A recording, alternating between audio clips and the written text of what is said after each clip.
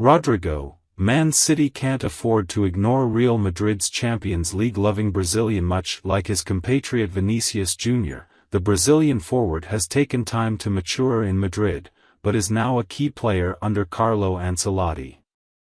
When Real Madrid snagged a 2-0 win at Stamford Bridge in the second leg of their Champions League quarter-final on April 18, the big guns didn't score. Vinicius Jr. squandered 2 golden opportunities. Karim Benzema scuffed one shot and blasted another over. Instead, it was who Rodrygo played hero, bagging a brace at the bridge to send Los Blancos to yet another European semi-final. But this is hardly a new concept. Rodrygo has been at his best for Madrid in Europe for some time now. Since the 2019-20 season, the Brazilian trails only Benzema in Madrid's continental goal-scoring charts with 15, despite playing markedly fewer minutes. He has found the net against Manchester City twice, Chelsea 3 times and Inter to open the successful 2021-22 campaign. It's not just in Europe where he's embraced the big occasion either, as highlighted by his match-winning double in Saturday's Copa del Rey final victory over Osasuna, leading Madrid to their first domestic cup since 2014 and earning a standing ovation from fans of both teams. It all amounts to a player delivering on the €45 million, £40M/$48M, price tag that Madrid paid for him 4 years ago when he was signed from Santos as an 18-year-old. And now, he could be the difference-maker again as Madrid face off against Manchester City once more in their hunt for a second straight European Cup, playing on the forgotten side. Rodrygo has, for a long time, been a victim of Madrid's reliance on their left wing. According to The Athletic, 44% of the team's attacks go down the left, as the exciting Vinicius linking up with Benzema. It has been an impactful strategy, one enough for Vinicius to hit 20 goals and 20 assists in all competitions, and keep Benzema ticking away through the middle. But it often sacrifices the interests of the right winger, trying to make do with only 30% of Madrid moves. Whether it be Fede Valverde or Rodrygo, the occupant of that position is relied on to be unselfish. He has to make the right runs, and occasionally express himself. There will be some chances, but ultimately, the ball is predominantly going to the other side. And under that system, it's been difficult for Rodrygo to stand out. A big-money signing with massive potential as a goal-scoring and creative player, his numbers weren't up to scratch for his first few campaigns in Madrid.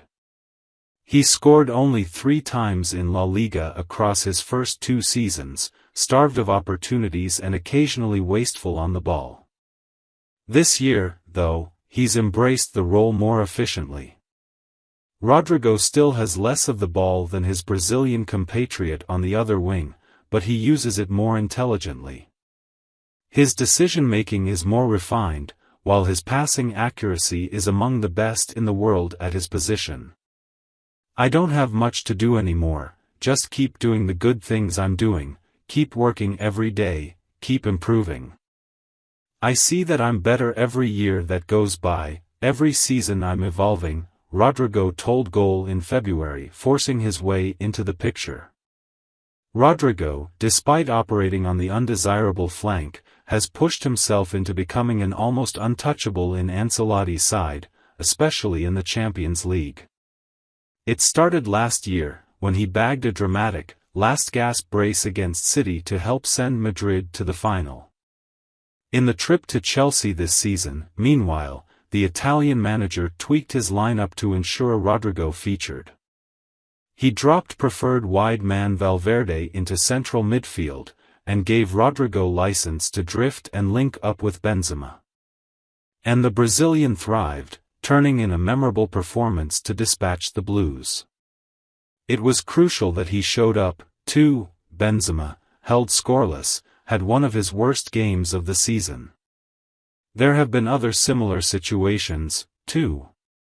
Rodrygo was slotted into the lineup for the first leg of the last 16 clash with Liverpool, grabbing an assist at Anfield in a 5-2 romp over the previous year's finalists. He has also bagged goals in starts against Atletico Madrid and Valencia, the latter being the Supercopa semi-final. He no longer disappears like he used to either. Rodrygo is now a player who wants the ball, who can dictate games with similar veracity as the Brazilian on the other wing. This is a youngster who was once marginalized, becoming a man for a big stage, goals. Rodrygo was never really supposed to be a goalscorer alone. When the teenager, born in São Paulo, was handed a Nike deal at just 12, the media made little hesitation in dubbing him the new Neymar. But unlike the legendary winger, Rodrygo likes an assist. He has created more goals than he's scored in every season since 2018, a player renowned for his one-on-one dribbling ability and affinity for linking up with others. That's a course that has been corrected this year. While Rodrygo has still delivered a healthy portion of assists, 11 in all competitions for club and country, he's bagged 13 goals. The winger has always been a solid finisher, but this season, he is simply just putting shots on goal at a higher rate. In 2022-23, he's averaging nearly 4 attempts on goal per 90 minutes, up from his 2 last year, according to FBref. There are, of course, multiple explanations for this. Rodrygo has been on the pitch more, while Ancelotti has been willing to deploy him in more central positions, where he will inherently be asked to shoulder more of the goal-scoring load. Regardless of where is being asked to start, Rodrygo is a more confident player. And with further minutes in the years to come, he should hit the net with even more regularity. Thriving outside his preferred position. This has all come with Rodrygo playing outside of his regular spot. As he told Goal in February, with the 4-2-3-1, behind Karim is the position that I like the most and everyone knows this. I always talk about it with the coach. Of course, I can play in all positions, but that's where I feel more comfortable when it comes to playing. But it's a position that Ancelotti seldom uses.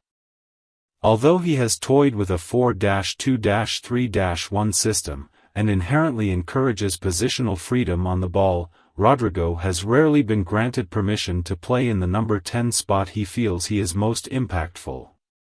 It's easy to wonder, then, what could happen if Madrid do indeed allow him to play in the middle more consistently. And it could be a real option for the future. With Benzema entering the twilight of his career, and no longer able to play every game, Ancelotti perhaps has more license to fiddle with his formations.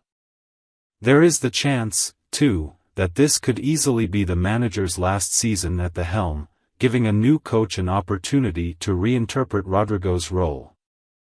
There have been times when Madrid have lacked a creative spark this season, when their attack has become far too formulaic.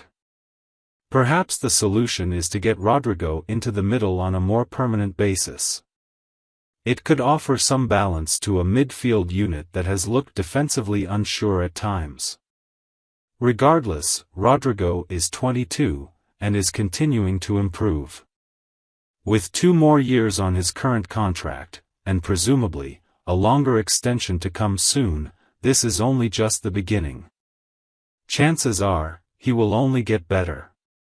And for now, over the next 10 days, he could be the difference maker in beating Europe's best team once again. Regular spot. As he told Goal in February, with the 4-2-3-1, behind Karim is the position that I like the most and everyone knows this. I always talk about it with the coach. Of course, I can play in all positions, but that's where I feel more comfortable when it comes to playing. But it's a position that Ancelotti seldom uses. Although he has toyed with a 4-2-3-1 system, and inherently encourages positional freedom on the ball, Rodrygo has rarely been granted permission to play in the number 10 spot. He feels he is most impactful. It's easy to wonder, then, what could happen if Madrid do indeed allow